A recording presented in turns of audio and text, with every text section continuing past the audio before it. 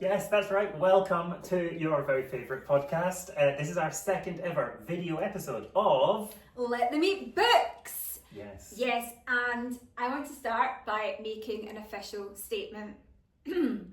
I was asked to make an official statement at the start of this, our second filmed episode, to apologise for my penis-based outburst at the end of the last filmed episode. By singing, "Let them eat dick," I let the podcast, myself and Colin down. I think more of myself and of the listeners than to direct them to eat dick. I would much prefer to eat a book, a carrot, a hot dog, or suck on a lollipop. So please accept my apology and let them eat books forever. Yes, well, thank you very much. Apology accepted on behalf of the listeners. I think I can issue that. You were very close though. We conducted a thorough internal review process. Yes. And we were going to replace you with this pumpkin, in fact. Yeah. But But you called him Colin the pumpkin. So you called him Colin the pumpkin. Everyone thinks I already have an ego problem. I don't go around calling pumpkins Colin. But that is the theme. Colin is the theme of this episode. No, pumpkins are the theme of today's episode. Yeah, and I did name him Colin, and I named this one. That was like Bibbity Bobbity, like I gave them all names, but now I've rearranged them and forgotten who's who, so apologies pumpkin people, but I like Bibbity, the Bobbity.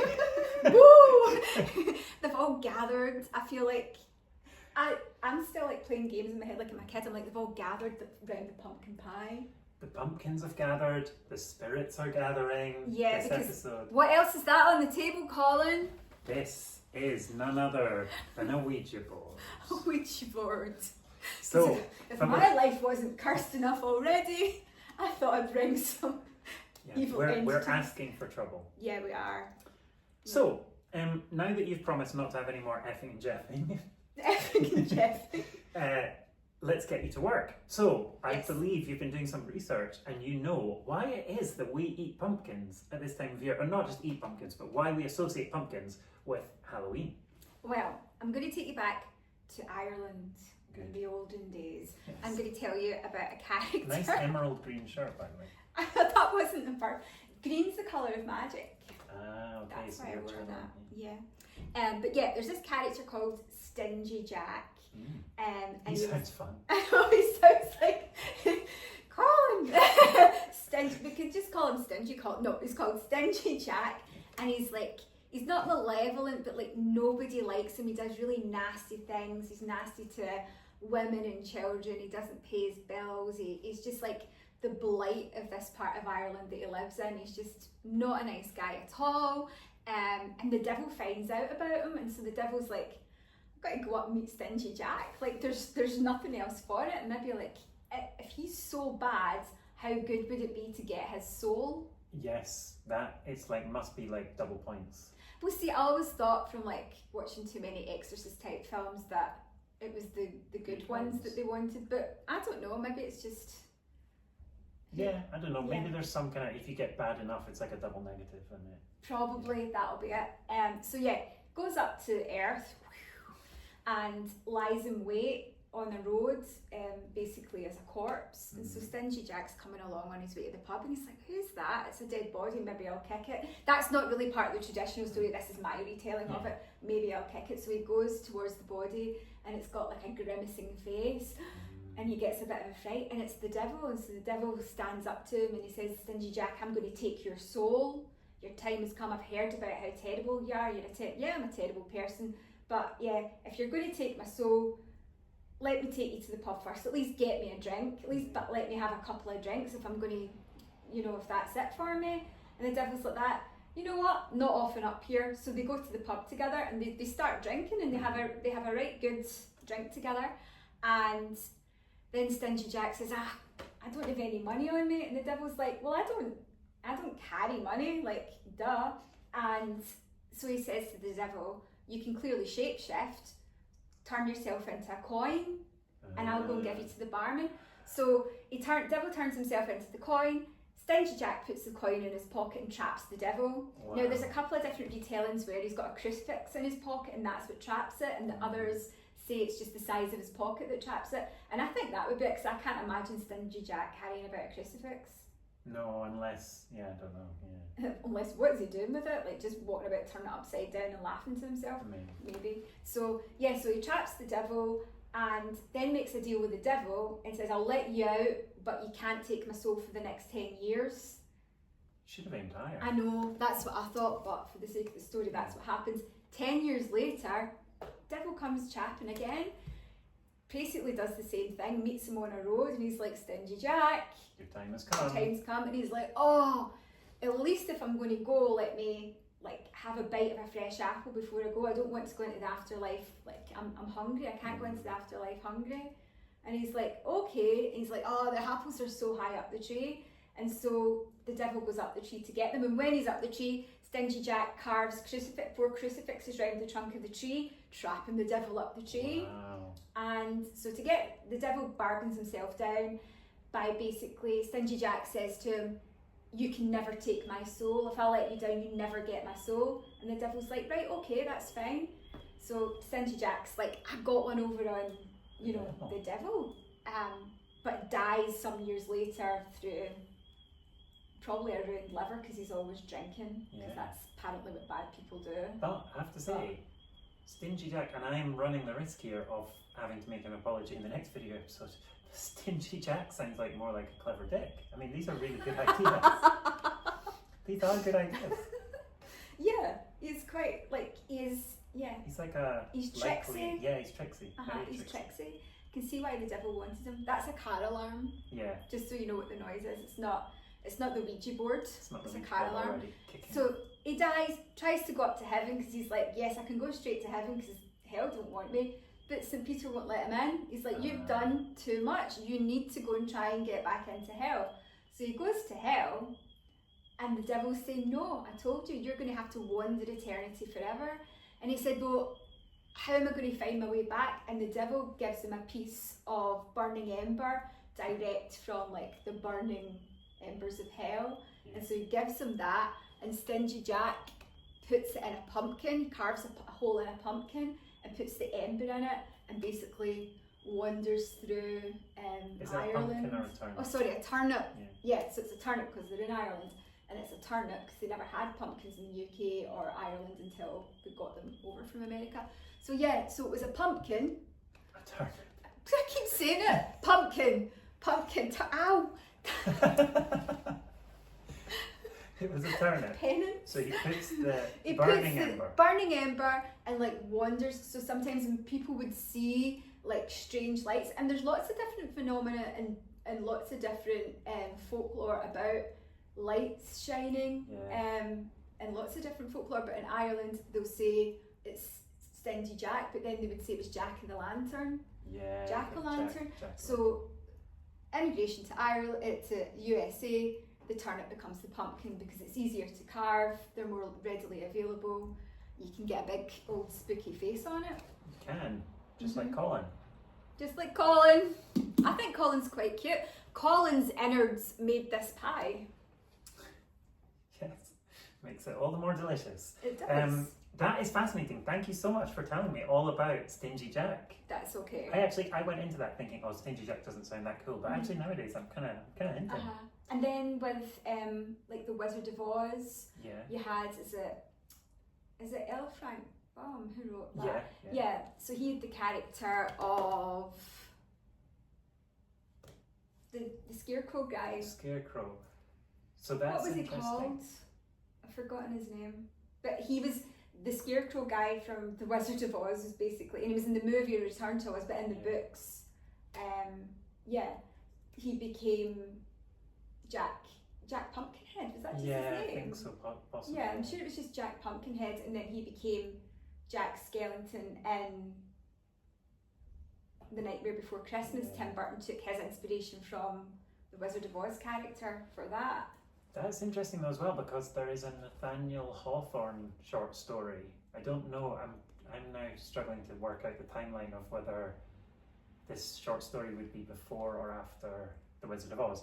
But there's a Nathaniel Hawthorne short story called Feathertop, which is about a scarecrow with a pumpkin as its head that a witch makes, and then the Feathertop kind of goes into the town and is like it's like about rural and urban kind of tensions, like kind of modernization and kind of rural traditions, and yeah, so Feathertop. So I don't know, it's interesting, just this idea of like the scarecrow and the pumpkin. Maybe people use them as, you know, for scarecrows' heads. Maybe that's where they both took the inspiration from. Exactly. You've got to use something, right?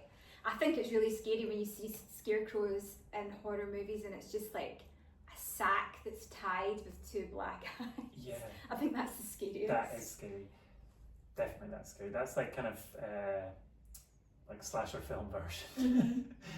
But the interesting thing is the pumpkin as a kind of like head is really like, I think that's partly why pumpkins are kind of spooky and like have all these associations with this time of year, apart from the just fact that they grow at this time of year. Yeah. Or they're ripe at this time of year. But it is like they do look like, when you see this, it is like a head. I mean, it's a kind of big head in this case, but yeah, they are head-like. And obviously Washington Irving as well, to move on to another kind of literary resonance in part of like the sort of history of pumpkin and literature. The legend of Sleepy Hollow, pumpkin also plays a big part. So when the headless horseman kind of throws his head at Ichabod Crane. Exactly, thank you for supplying the name there. And then what's left at the end is a smashed pumpkin. It's really the Smashing Pumpkins. The Smashing Pumpkins, exactly. Well, I never. Yeah, that'll be where that's from. You think that's where that's from? Definitely. I never got that until we thought about that there. Yeah. Wow. Your head is blown like a smashed pumpkin. But yeah, the use of the pumpkin is just so interesting in that.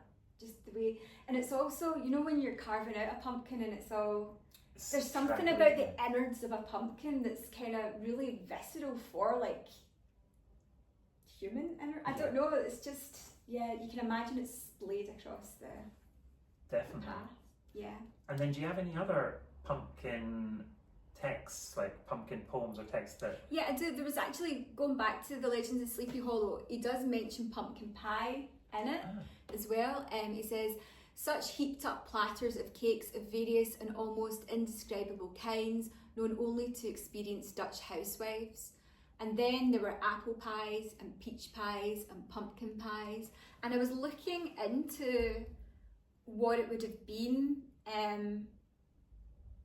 like what would have been a pumpkin pie back then. And I found some things saying that the Dutch would have, for a pumpkin pie, they would have basically like hollowed out a pumpkin like that and then filled it with just overripe apples, slightly overripe apples, and the pumpkin flesh, and like layered it and baked it, and and then opened it up, and that would be the pumpkin pie. Would be this kind of apple and pumpkin all stewed together in there. But then one of the first pumpkin pie recipes can be traced back to the 1600s. So yeah, and it was Amelia Simpson in 1796. One of the oldest pumpkin pie recipes is basically similar to what it is today. So it was like 1/4 of stewed and strained pumpkin, 3 pints of cream, 9 beaten eggs, sugar, mace, nutmeg, ginger, laid into a paste. And yeah, then with dough, it's pretty much similar to how it's still made. So that's quite interesting that it's stayed the same. That's really interesting. I'm also interested that the kind of Dutch connection, because so I was reading about a pumpkin recipe called like pumpkin cookies, which is like popular in Africa. It's popular in Zimbabwe and South Africa, I think, both. And it's basically like kind of mini pumpkin donuts, like sort of donuts made from a dough that has the pumpkin in, and then fried, and then often served with like a kind of nutty caramel, like kind of sesame caramel or like cashew caramel or something like that. And they look really delicious, but they're obviously also like the kind of way in which they reach those countries in Africa is through the Dutch presence there. So there's like a kind of, I don't know whether maybe, I mean, do pumpkins grow in Holland? I guess maybe they do, I don't know. I think they do. I think in a similar way that they were brought back from the Americans. Yeah, okay, so they, that's, interesting. And then when you mentioned about I really want to try that apples baked in a pumpkin thing. Yeah. If I'd read about it sooner, I would have probably done that, because that could be quite something. Apparently Americans also do a thing sometimes called dinner in a pumpkin, which is where you just like scoop out the pumpkin and then you bake like rice and ground meat or whatever in a pumpkin, and then that's the name of it, is like dinner in a pumpkin.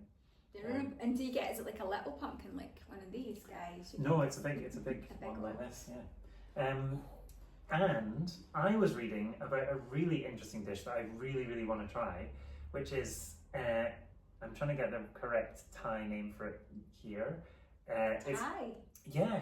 Oh. So it's popular in popular in Thailand, Cambodia and Laos, and it's called Song Kya, and I think it's Phok Tour. There's different like last words of it, but yeah, it's basically a coconut custard baked in a pumpkin, but it's got so when I was reading about this recipe, it introduced me to this fascinating woman who is called Maria Guyamar de Pina, and she was from Ayutthaya in Thailand, and she was born in 1664, and she married a Greek adventurer called Constantine Phaecan, and he became like a counselor to King Narai, and they became like kind of wealthy and influential in the court of King Narai.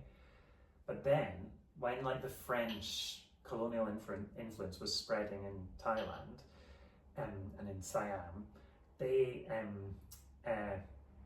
became like, they fell out of favor basically, and she was first of all virtually kind of like they made lots of promises initially. The French basically promised to make her a countess of France to like protect them, because they were part of like the negotiations with them or whatever. So it was like it was like a diplomatic effort. So they promised her this, but then in the end they didn't deliver. They went back on their word, and she ended up being basically enslaved in the kitchen to the royal court.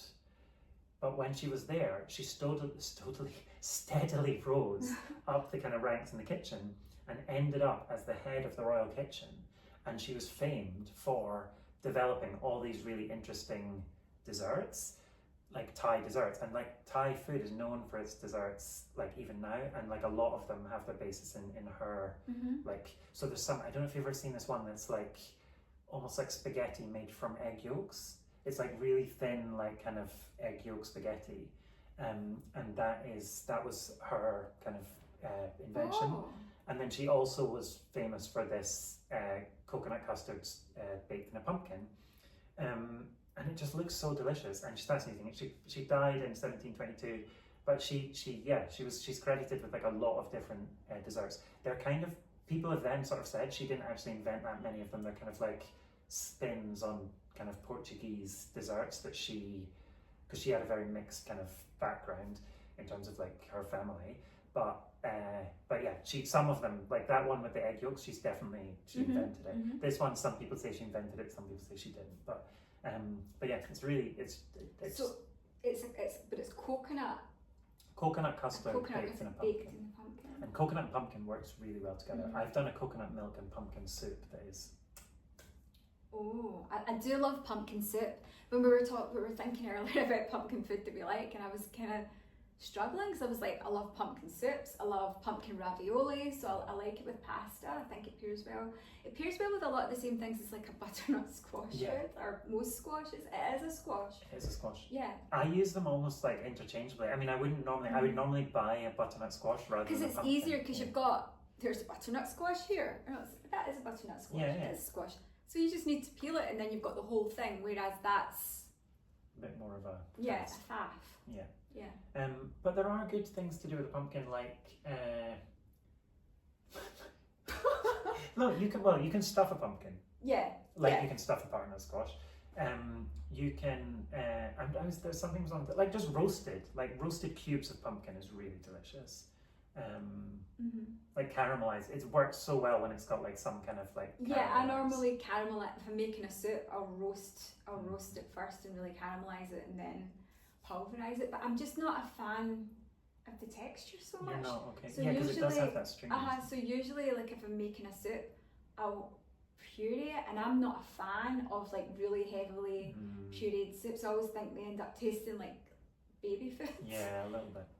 But yeah, I do quite like the Mhm. pumpkin one. I'm trying to think of Pumpkin other with uses. blue cheese is quite Yeah, nice. that's nice. Uh-huh. Like Pans if you that get really like a well. sort of slice, and then it's like roasted or like charred a bit, and then blue cheese. Wow, yeah, that is nice. Do you know what would be really nice? If we'd roasted a piece of pumpkin, quite a thin piece, some blue cheese and walnut and Yeah. honey. That would be amazing. That would be a snack. That would be a snack and a half. And from Colin, Yeah. his little seeds, I've roasted those. Yeah. Because do you know that pumpkin seeds are really high in protein? Yeah, I do. Yeah, I didn't know that. I've not been. Pumpkin seeds are really good for you. Well, what I've done is I've roasted them. I've got a ton of pumpkin seeds because I've got another 2 pumpkins in the house because we've got our event on Wednesday, Yes. which we should plug. Yeah. You should. If Event- you're watching this before the 20. Before Wednesday the 23rd, we have a live event at Glasgow University It's Union. Thursday. It's Thursday. Oh, is it? Yeah. No, it's. Are you sure, Colin? Check. I think it is the 23rd, but I think it's Thursday. Oh, that's really good if it's Thursday. I'm really glad if it's Thursday because I was like, oh God, I'm teaching on Wednesday and then I've got to go straight to this. So that would be really good. It's Thursday? Yeah, it's Thursday. Oh, I've got more time than I So thought. Thursday, Woo! get yourselves down to GUU, Mm-hmm. the Glasgow University Union. It's free, absolutely free. It starts at 6:30. We're going to be doing a live recording, and what else? We've got Louise Welsh as our Amazing guest, Louise Welsh. so we'll be interviewing Louise and talking to her about Halloween traditions and ghost stories and her work and how food in her work. Yeah. So yeah, it'll be a whole thing. There's also prizes for the best prizes. carved pumpkin. Come dressed up, come in your best witchy or wizard attire. Yep, whatever or you whatever want. you want. Whatever you want. Ghosts, a sheet. I saw someone come dressed as a flip flop What is this in the future? Have you been? on Instagram. Honestly, I thought you meant at our event, like you'd No. looked into your crystal ball and you had seen a flip flop. No, I was just looking at costume ideas. Yeah. Okay, well, that's going to be fun. I like when something scary is Halloween. Yeah. I imagine somebody quite scary winning the fancy dress competition if Yeah. I've got anything to do with But if it. someone's a flip flop and the feet in the flip flop have like a fungal infection, then This that's is not the first time you've mentioned foot fungal infections in this podcast, so I think we're going to have to check your feet. No, my feet are. I'd happily get my feet out on camera. But I hate feet. I have a foot phobia. Right. Anyway, there's pumpkin competitions for carving pumpkins, dress up competition, and a dancing competition. Is there? You've just invented that one. Oh, no, I that haven't. was I've put it on the poster. Yeah. Best Time Warp or Monster Mash. I thought those were ironic, but no. No, I've been practicing my Time Warp. Okay. But that's completely derailed me from talking about pumpkin seeds. Oh yeah, carry on about pumpkins. So I've roasted some. I've roasted a ton of pumpkin seeds from all these pumpkins I've been preparing to win my own competition. And what I'm going to do with some of them is I'm going to put them into, like a spice and coffee grinder and grind them up and add it to like my protein powder. Wow. Do you think it's going to work, or is it Yeah. just going to be gritty? Who No, I knows? think it's good. We'll let you know. But I just thought, that's like something like every 2 tablespoonfuls of pumpkin seeds is about 8 grams of protein. Can I ask you a question? Yeah. What are your thoughts on this? Is the seasonal association of pumpkin that is probably the most like yuppie Glasgow University West End thing? Pumpkin spice latte. I have thoughts on it because this year is the first year that I've given into it. I was against them. I was like, for years, like why? And then this year I tried one and I was like, I quite like it because it's kind of cinnamony. So I like it, but I just don't like asking for it. Yeah, I yeah. feel like a right absolute twat asking for it. But yeah. I know. For me, it's like the kind of Biscoff of the drink world. Oh God, yeah. But I actually had a double flat white pumpkin. Double flat white Pumpkin spice. And I had to ask for that. And it was nice. It was really good. Yeah. Yeah, I'm not a big, like, I'm sure I would like it because it's basically like, yeah, as you say, like spicy and sweet, like just quite nice. But when I had to buy all my spices for my pumpkin pie, a lot of them are it's the same spice mix basically, and I was like, oh, I could actually put them into my little spice grinder and make my own. Yeah, so that's what you've done. So I could do that. No, I've not done it yet. Yeah. Couldn't be arsed. Made the pie and that was it. But yeah, I've got all the spices. I could make my own. Speaking of the pie, should we try some? Yeah. Because then I'm going to bore you to death with loads of little... I forgot my own kind of cutting and serving implements. Is this so knife broken? Difficult. By the way, I also, while you're cutting the pumpkin... No, that knife is broken. I'll try the other knife. I also should be issuing an apology for the fact that I don't know if they can see on the camera, but I have like a bloody face. Like a bloody stump instead of a chin. Yeah. It's because I made the mistake of buying women's razors. Oh, did you buy the women's razor? Is it the women's razor that did it to you? It's the women's razor that did it to me. Yeah. I don't know if this is going to even cut very well.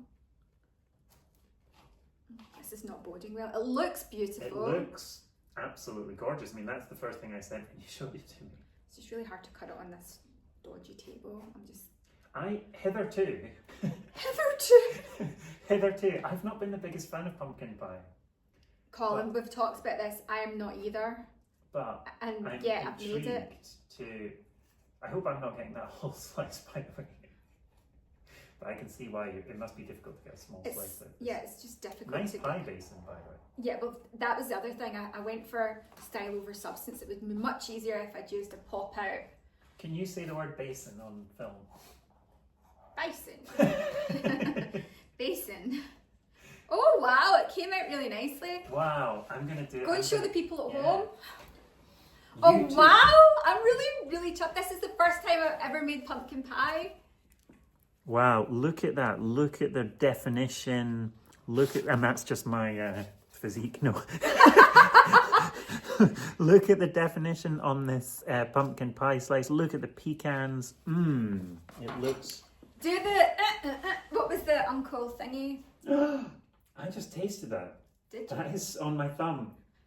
That is so delicious. Are you just saying that? You're just going to say it's not. In fact, when you just lie if it's not. It's so cinnamony. I put more. I find pumpkin pie. I find pumpkin pie quite bland, so I made some alterations.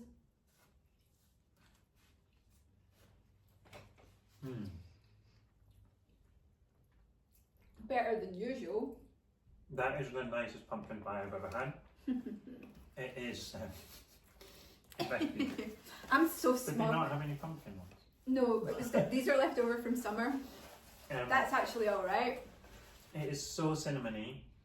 But it does have a nice flavour of pumpkin as well. Yeah, the texture is beautiful. I put what are they called? Pecans in with the pumpkins. I roasted them with the pumpkin and blitzed them up with it. And then on top, this layer here is a butter and maple glaze that I then studded the pecans onto, and then a thinner version of that with more butter I basted over the top. You're a genius. If I was a king, I would make you head of my royal kitchen. Do you know for a moment I hoped that you would say you're queen? You basically said you'd make me your cook. I was like so ready for that there. Queen. I was like, here comes our lavender marriage. Head straight for me. No. It's not that good a pie. It's just a pie, Claire. It's just a pie. You're going to be in the kitchen. Right, but are you going to share the recipe for this gorgeous pumpkin pie? Sorry, I should stop eating it. No, I was like, I was about to take it out. You have to take that bite there. No. But I mean, are you going to share it on the subject or something like that? Do you know what? We've got a problem. What's the problem? I kind of made it up. I kind of went with a basic pumpkin pie recipe I found, and then I added in, and I don't know how many pecans I added in, then I added a wee bit more cream in. So I'm going to have to go home and try and work out what I did. I would just, and then I made the glaze up on the top. That was just like, well, you can a bit of this and a bit of that, but I can just say approximately. Approximately, yeah. Yeah, but yeah, it'll be like a pinch of this, a pinch of that. pinch of the other. It could do with a wee bit more. Oh yeah, I also put some fresh ginger in it because I was making a curry last night. The ginger. I was making curry last night and I was like, oh, I've got loads of fresh ginger, I'll just I also add that can in. taste garam masala as well. No, you can't. No, you can't. Can you? No. You make me paranoid. Did you make a pumpkin curry? No, I didn't. I made a Kerrell and coconut curry, and I made sweet potato or salad sweet potato wedges with it. Wow, but you could have used pumpkin for that. And literally all the pumpkin from that went in the pie. Yeah, okay. You don't get that much, even a pumpkin Yeah. that size. I think I used about 800 grams of pumpkin or something for it. Yeah. And you really don't get that much. No. This is something I wanted to talk about though, is we all just use the word pumpkin as if there's only one kind of pumpkin. But of course, there are many types of pumpkin. And I love the names of them. So, wait, sorry, it's closed the window somehow. Did you know there's a type of pumpkin called baby bear? Oh. That's so sweet, isn't it? Long Island cheese pumpkin. Big Max. M-A-X? Yeah. Like Big Max that edits the show. Max He's that got edits his the own show. pumpkin. He's got his own pumpkin. Fairy Tale, which is like the big Cinderella one. Well, I wanted to talk about Cinderella because that is part of the kind of magic in it as Yes. well. You know, her pumpkin Her carriage. comes from the pumpkin from the garden, so it's that taking something that's really homely and turning it into this golden carriage. And then what happens with that? If she is not back by midnight, the carriage Turns back into the back pumpkin. into the pumpkin. And she'd be like... She'd just be like sitting on a pumpkin on the roads in her rags. Anyway, Sorry, you back to yeah. your list. No, that's okay. So there's but did you have anything more to say about that? No. No. There's the Jarradale pumpkin, the Cabocha pumpkin, the Rouge Vif d'Étampes pumpkin, the Sugar pumpkin. Apparently that Rouge Vif d'Étampes was the most famous and popular pumpkin in Parisian markets in I think the 19th century.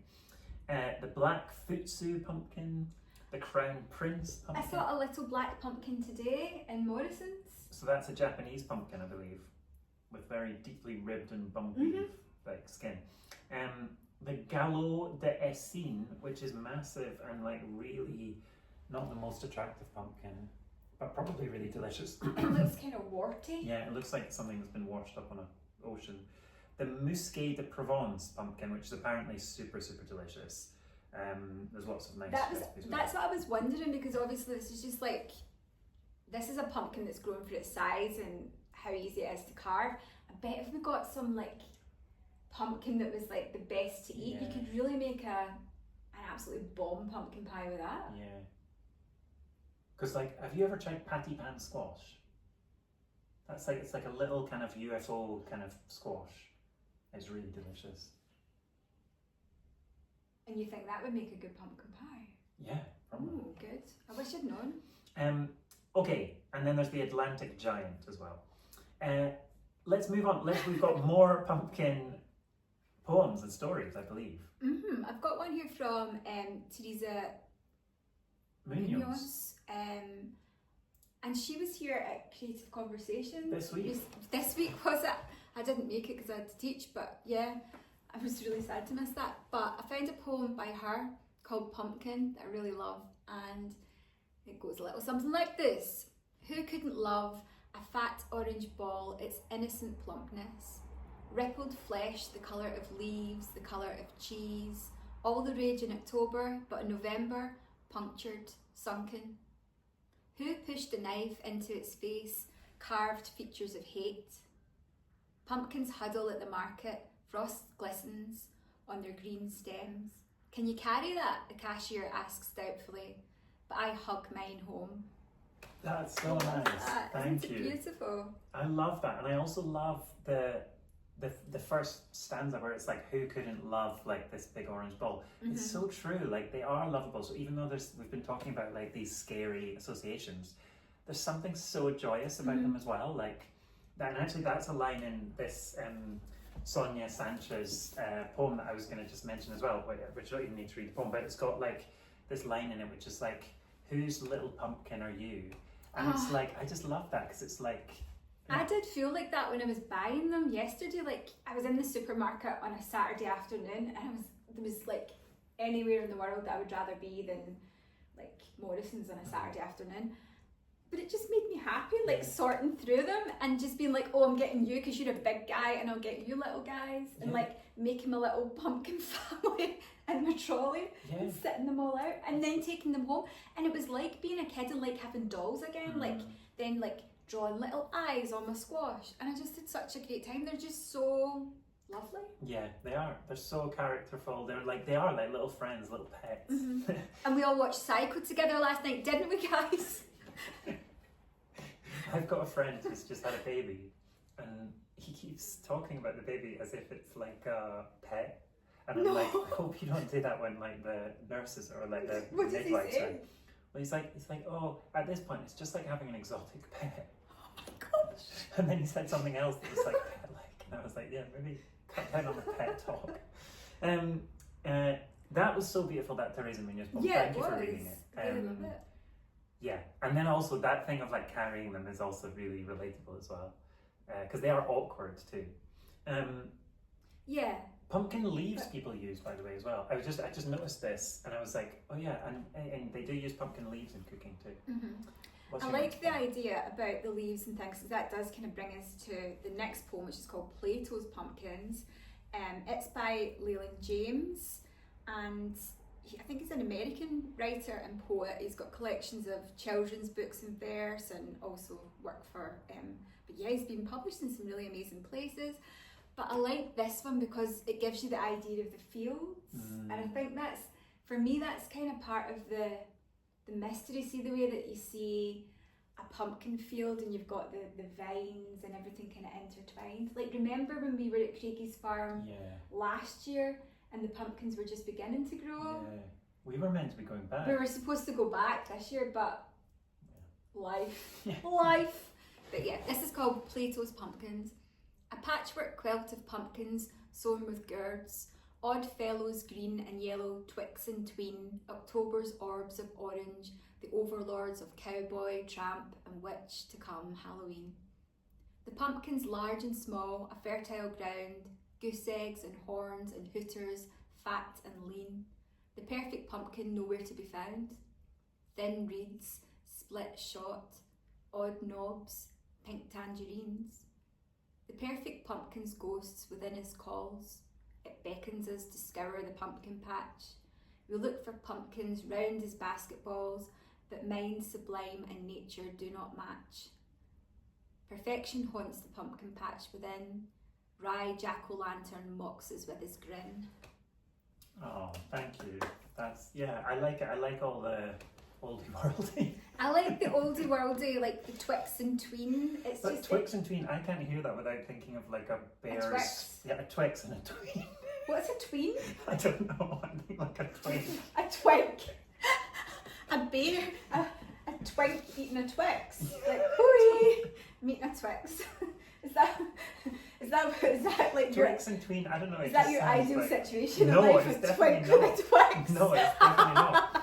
It's definitely not. Twinks with listen, Twixes I'm not going come your to way on Lily this Bank podcast. Gardens. I'm not going your way on this podcast. No, but it's what it makes me think of because it's an absurd poem. It is, but I like it. It's like really it too. cute. It's just really, it's playing into loads of kind of Halloween tropes, and I like things that do that are quite obviously playing into it. I like it as well. And it also reminds me, because that way that it is playing into it is kind of like trick-or-treating. Like, did you have to do poems and things when you went trick-or-treating, or did you do jokes? Horns and hooters. It's got all sorts. I'm asking your question. Horns and hooters, thin reeds, slipshod, odd knobs. Yeah, exactly. Enough said.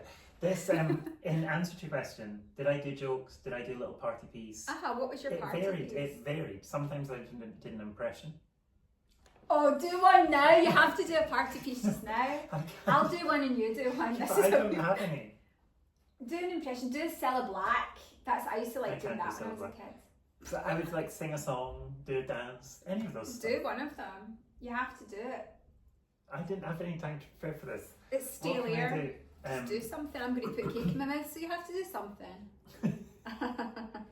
I don't know any impressions these days. Like, don't do someone you know. I honestly can't think of anything. Okay, that's right. I can tell. Wait, have I got a joke? I've got one. Okay, you go first. 2 fish in a tank. One says to the other, "Who's driving this thing?" That is a good joke. Thank you. I don't have any. I'm really bad at remembering jokes. I just do them off the cuff. Joke a minute. Right. Maybe at the end if I think of something, but I can't think of anything. If not, you've got to And sing if we're as still well. alive after the Ouija board. Oh God. Right. I wanted to. Now I sent you this story, and then you came in today, and you were like, "Yeah, I like it, but I don't really like. There's not much pumpkin in it," which is maybe true, but not as much pumpkin as your pumpkin pie. I'll give you that. So this is one of my absolute favorite writers. Everything she does is amazing. She's like this is a collection of her stories from the New Yorker. I'm talking about the amazing Anne Beattie. But I love all of her work. She's, I think, like truly a legend. And the story, this was published in the New Yorker in 1986, and the one that I've chosen for today is called Skeletons. And I'm just going to read the whole story. It's not actually that long. It's only about 3 or 4 pages. It's 3 or 4 pages, but I'm not going to read the whole thing. But it's this really interesting setup for the story, because basically it's this couple called Nancy and Garrett, who Garrett lives in a building with, or actually a flat with, someone else called Kyle. So they're flatmates, and Nancy is Garrett's girlfriend. And Garrett and Nancy are both artists, and basically in the story at one point Nancy is being the model for Garrett, even though Nancy is basically the better artist. She's being the model for Garrett, and Kyle, who lives with them, comes in, and Kyle is single, and Kyle doesn't seems like kind of lonely, I would say, in the story, and basically is like he socializes with them, so like he will make them this meal of like roast chicken. It says it's the same meal every week. The same meal every week, and there's a really sweet part of it, like where this will come as no surprise to you. So this is basically when she's modeling for him, and they've had a kind of not an argument exactly, but like a kind of intense discussion, and then they're like making up and kind of making out, I guess. And Kyle is like standing in the doorway, so he says, "This will come as no surprise to you, but I'm checking to make sure that you know you're invited to dinner. I provide the chicken, sliced tomatoes and bread, right? You bring dessert and something to drink," because that's what they do every week. And it's just so sweet. And then he's like checking in to see if the dynamic's still the same in a way, isn't he? Yeah. I felt like, yeah. And it's like he wants to be. It's like he sort of just wants to be in that relationship, not in a sexual way, I don't think, but just like it's like he wants to be part of. I don't know. He wants what they have, but he also like sort of feels himself to be on the outside of it and stuff. I've had like basically when I was at university, I think the reason why I find this story so interesting. Here we go. No, but when I was at university and I was single, like I lived with this guy who was a good friend of mine, and he had his girlfriend, had a girlfriend who also was a really good friend, or became a really good friend of mine as well, like a really, really good friend of mine. But I mean, I'm just stressing that because like she became like also, in a way, like through their relationship, she became like a best friend of mine, almost not, I'm not going to say it's not a competition, but like almost eclipsing my original friend. Yeah. And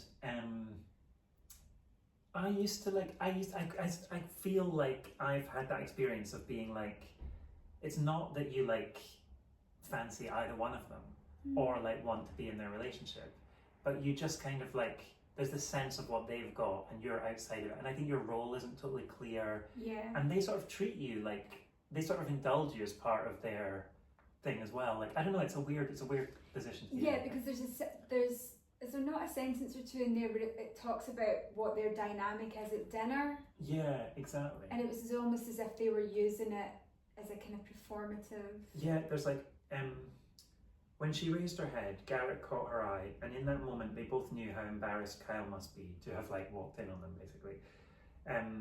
His need for them was never masked as well as he thought. The two of them, clearly lovers, were foregoing candlelight and deliberately bumped knees and the intimacy of holding glasses to each other's lips in order to have dinner with him. Kyle had once told Nancy on one of their late fall walks that one of his worst fears had always been that someone might be able to read his mind. It was clear to her that he had fantasies about them. At the time Nancy had tried to pass it off lightly, she told him that when she was drawing, she always sensed the model's bones and muscles, and what she did was stroke a soft surface over them until a body took form. So I don't know, like, I mean, that bit does get like kind of sexual, but like there's, yeah, I don't know. I think it's really interesting, just that dynamic between them. Anyway, the pumpkin part comes in later on. So they basically drift apart. Right at the end, the pumpkin part comes in. Yeah. right at the blink Well, you'll miss if it. you read to the end, it was there. I did. Kyle wanted to You're like, is that the only pumpkin? Yeah, I did. Reread it and missed the pumpkin. Okay, but also, it is Halloween themed as well because this story is called Skeletons. So I'm going to read the last part. Kyle wanted to stay close to them, meant to stay close, but time passed. And after they all had moved several times, he lost track of them. He knew nothing of Nancy Niles' life, had no idea that in October 1985, she was out trick-or-treating with Garrett and their 2-year-old child Fraser, who was dressed up as a goblin for his first real Halloween. A plastic orange pumpkin, lit by batteries, bobbed in front of her as she walked a few steps ahead of them. She was dressed in a skeleton costume, but she might have been an angel, beaming salvation into the depths of the mines. Where she lived, their part of Providence, Rhode Island, was as grim and dark as an underground labyrinth. It was ironic that men thought she could lead the way for them, because Nancy had realised all along that she had little sense of direction. She felt isolated, angry at herself for not pursuing her career as an artist, for no longer being in love. It would have surprised her to know that in a moment of crisis, late that night in Warrenton, Virginia, when leaves, like shadows on an X-ray, suddenly flew up and obscured his vision, and his car went into a skid, Kyle Brown would see her again in a vision. Nancy Niles, he thought, in that instant of fear and shock. There she was for a split second, her face, ghostly pale under the gas station lights, metamorphosed into brightness. In a flash, she was again the embodiment of beauty to him. As his car spun in a widening circle and then came to rest with its back wheels on an embankment, Nancy Niles, the skeleton, was walking slowly down the sidewalk. Leaves flew past her like footsteps quickly descending the stairs. Thank you. But it's so like, I find it so moving. It's like there's this, so little details get like just thrown in, like the fact that she's no longer in love. Yeah. Like the fact that like Kyle was still in love with her basically when like he crashes his car. Like I wondered about like the skeleton yeah. and the fact that he was missing, so that food element, I wondered if like it was almost like she was starved of that connection that he brought to the relationship. Maybe sometimes a third party can be like the kind of conduit for, even in friendships. Yeah. Like sometimes when it's 3 of you, there's a better bounce. And then when it's just 2 of you, it doesn't quite work. It doesn't quite work. Yeah. It's like when we tried to do the podcast without this pumpkin, it just doesn't. I think Colin, is his light gone out? No, it's still there. Has but your light also- gone out? But it's like there's something just like. Also, I feel like the pumpkin there is really important because it's not just to signify that it's Halloween. It's also, I'm really gonna push this one hard. Okay. It's not just that it's like to signify Halloween. It's also that it's like that death thing. It's like that like presence of, and like loneliness and like wandering like with the jack-o'-lantern kind of thing. It's like, I don't know. I feel like there's something really sad at this ending. Everyone's like a lost soul. I think that's often what happens in Beattie stories. Everyone's like lost and wandering. What was their first novel? It was a winter.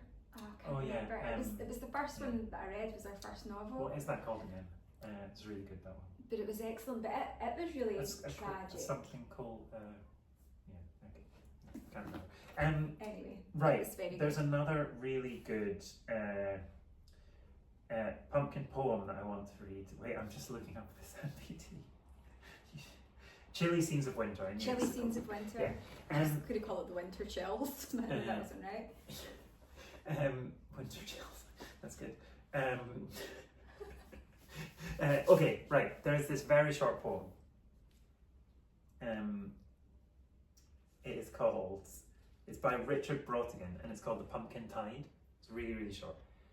I saw thousands of pumpkins last night come floating in on the tide, bumping against the rocks and rolling up on the beaches. It must be Halloween in the sea. Wow! That's so good, isn't it? I love that. That's such a great visual. You can imagine them. Yep, exactly. Really good. I didn't know it was going to be that short because I was like, yes, No, it's going to be that's I I've can got take more a as big well. bite of pie. Well, I can take a bite of pie with every poem. Yeah. Okay, so this is actually, you know Anne Patchett? Mm-hmm. So Anne Patchett is another one of my favourite American writers. Yeah, her work's amazing. Now there is this book called These Precious Days, which is, I think it's like a memoir. Yeah, it's like a memoir basically. And there's this really interesting part in it. So, I've now lost the reference. Yeah, which I just find really funny, and it also brings up another pumpkin food. So, pumpkin bread is a thing. I've had pumpkin bread. And do you like it? I did. The last time I had that, it was at the Beattie. Oh, okay. They always have a really good bread selection. And then one with of the pumpkin breads- seeds on top. Mhm. Yeah. But it was really nice, and it just went lovely with some. I know I'm not a fan of like lots of butter on my bread, but I just remember it being almost like cake. Yeah, okay. That sounds delicious. So, here we go. After Carl and I married, and I'd moved into his house, after another year or two elapsed, and the clock had run all the way down to midnight, even the most hopeful of bystanders were forced to concede. It was right around that time that I learned a lesson through my own thoughtlessness. Some neighbours who lived a few blocks away had just had their fourth daughter, and when I went to drop off a loaf of pumpkin bread, I met the mother-in-law in the driveway, a woman I knew and liked. "Do you think this is it?" I asked her, "or do you think they'll have more?" Inside that house, a woman with 3 tiny children and a baby in her arms had just come home from the hospital, and I had asked her mother-in-law if there were plans to have more children. The mother-in-law did her best to hide her dismay at my inquiry, but it was hard. I knew, because I'd been trying to hide my dismay for years. "I wouldn't think of asking them something so personal," she said to me. Yes, exactly. It was so personal. I might as well have asked, "What do you imagine the outcome of your son's sex life will be in the future?" And it's just so interesting because it's like, yeah, people do say things like that. Like if someone has quite a few kids, they're like, "Oh, do you think they'll have any more?" or whatever, like, or do you think that's it? And it's like basically inquiring about their sex life. So I don't know. It's I do think it's interesting, and the pumpkin bread there seems like a nice detail to me because it's like coming with this gift that might be wanted, might be not wanted, but just like thinking you can. I don't know, that it gives you some kind of license to pry or something like that. And it is like the pumpkin and like fertility, I feel like, are associated there as well. Oh. Like, you know, like the pumpkin and abundance and Oh like, yeah, it's full of seeds. Yeah, it's full of like, seeds, yeah. Literally, yeah, it feels alive and It's yeah, I got can that. see that. Yeah, and then there was one other thing. I also think like when people I start, think the fact it grows above ground as well. yeah, Like it's you almost can like, see it yeah, becoming pregnant and ready. That's quite interesting. definitely. Mm. And pumpkin, I also think with that, within that moment there, it's like, there's something awkward about it as well, because it's like, people with like family and children and like, like this kind of question, it's like people think, I don't know, like people go mad, don't they, when people have a kid? It somehow makes them, like, I don't mean the people who have the kid, but everyone else, they somehow like, it does something to people around them, I think. Yeah. And it also like, you know, like the way that in a workplace, whatever, emails go around and like, "Oh, we must congratulate so-and-so for having a kid." Mm-hmm. And it's like, well done for like your contribution to like the human race, whatever. But it's like, no, but it's like, what I mean is like, it's just weird. Like nobody, like there are other things that are similar that Yeah. like, but it is almost like, it's like, congratulations for being able to like churn out some more. I think kids. sometimes I overcompensate Yeah. because I don't have kids Yeah. and like obviously wanting kids, and it feels like I've got to, because I'm always conscious of the fact that another woman might feel like a certain way about their new baby around me or whatever, so I always overcompensate and be like, "It's amazing, Yeah. the gift of child." It's just like, yeah, I will overcompensate. I will be the person that's like, "This is totally amazing and it's the best thing ever," just because I'm trying to seem like happy, extra happy about it for the person. I was once in a training thing with like a professional training thing, and it was like about like managerial skills or something like that. And the guy started the session, and he was like just kind of chit chat about his life and and he was like, and then he stopped, and he was like, "Do you see what I've done there? Like I've mentioned like certain details, like the fact that I've got kids and all of that. So like now I'm relatable." And I was like, "What? Wow. You need to have kids to be relatable? Like as if like if you don't have kids, you're somehow you're like a pumpkin rather than like a fully functioning human being." He's more human than me. Yeah. But it's like it's bizarre, isn't it? Like so, I do think there's something about anyway. That little moment in that story made me think of that. I'm glad we delved into that. Yeah, we were getting deep there. Is there anything else I've got? Let me see what else I've got on my list. We have pumped the pumpkin. We have pumped the pumpkin. It's almost time for dipping the apples. I forgot about dicking the apples. Yeah, I think that is my pumpkin miss out. So talk about dicking the apples. I'll get the. I don't really know the story behind dicking the apples. I was actually wondering, you know, when I was telling the story of Jack, Stingy Jack with the apples, I was like, I think that probably is connected to it. But do people duke for apples everywhere, or is it a basically Scottish, Irish kind of thing? I was wondering about the word duking as well, because I was like, what would you say? You should be careful with the word duking. You don't want more apologies. How can it go wrong with duking? Well, you just change the vowel sound. Fucking? What is the word you said wrong? It's like basically the same word, but just a different vowel. Oh, you're confusing me. Right, just duck for the apple. Yeah, no, you have to go first because I don't want to get blood in the water. What? With my chin. I think it's stopped bleeding. No. Right. Okay. So, but people know what duking for apples is. It's a I'm like, Halloween hold tradition. here. We used to do this. You basically, woo, have you got one? Yay! Claire got an apple. First go. You went. So, is that allowed to bite the stem? Is that what you're meant to do? I think when I used to do it, I bought apples with stems so that you could bite the stem to get the apple out. But I think when we used to do it, you had to submerge your face more and actually bite the apple itself. But I'm gonna. No, it was just the danger of your brother or sister. Yeah. Yeah. Okay. You don't realise what this is like for me. Yeah. Right. I'll go for the stem as well. Are you gonna do this?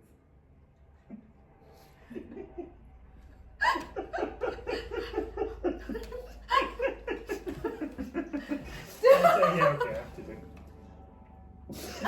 You did that yourself, you got your face more wet yourself. We definitely didn't have stems when I did this as a kid. How did you do it then? Because you managed to get your whole face soaked. You bite the actual apple and it makes it harder. That's why you have to have multiple goes. Right, okay. I put makeup on, so don't you dare. I'll murder you. No, that's no, that's impossible. That's absolutely impossible. Okay. That was duking for apples. That was duking for apples. Spirit board. So the Ouija board was first kind of commercialised in the 1890s when spiritualism was really big everywhere. Lots of people went to seances, and so it was called the talking board. So it was a way to talk to spirits. Have you ever done a Ouija board before? I've never done a Ouija board before. I'm terrified. I'm terrified too. Should we really be doing it? Well, What are you doing? I'm making it darker. No, Colin. No. Really? I'll do this one. Are you sure? I think we need to. Right, okay.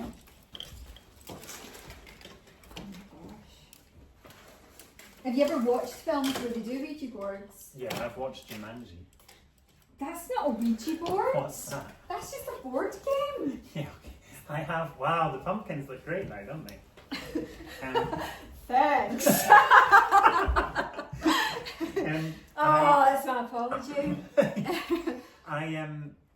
I have watched films where they do Ouija boards, yes. I watched a really frightening Spanish one. It was about girls that go to like a Catholic school and they go down into the basement and they do a Ouija board because they think their school's haunted. Mm-hmm. And then they end up like dying. Everyone that does a Ouija board or something dies. But it's based on a true story. Wow. Right. So, how does it work? I think we put our hands on it and then I don't know. So you have to touch it, 2 fingers. What, with this one as well? No, I think just one. And then like we ask, move it up here. You just try and sit here. So you have to touch it so that you're lightly touching it, but not moving it. And then call out a spirit that used to live here or something. Because I think this place is haunted. Remember that day I was sitting in your office and I said, there's a face at the door? Yeah. So we just call out the face in the door. You do it. I'm not doing it. How do we call it? We just say like, face at the door of my office, can you hear us? See, when I did a Ouija board before, like you could feel the people pulling it, and I was like, are we just going to go along with this? As this girl was like pulling about. Right, you call. Right. I don't want to, I'm too scared. Is there anyone in this building other than Colin and I just now? I was not going to say no, because then it would be lying. Are you in the room with us just now? What the fuck was that? What was that? Have you got somebody to do that? No. Ask another question. No, because that big noise happened. I'm not asking anything.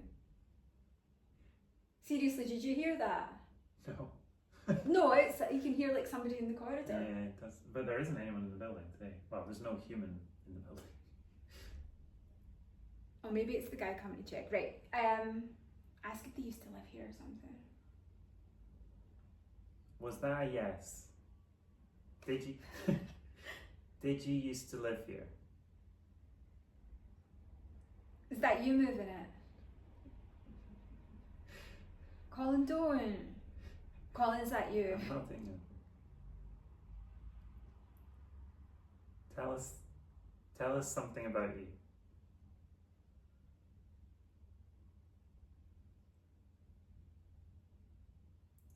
Should we just say like, give us a sign that you're here? Say that louder to them so they hear. Give us a sign that you're here.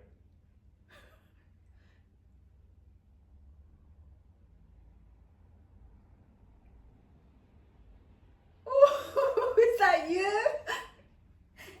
That was you, wasn't it? That was you. That's not funny. No, it's not working. It's not working. That was I feel like, pointless. yeah, it was. Yeah. Oh well. I thought we were going to I think we should have thought of some questions. We'll need to think of questions for Louise for We Thursday will, night yeah. so that we're not sitting like, We're not. what would we ask a spirit? What was that?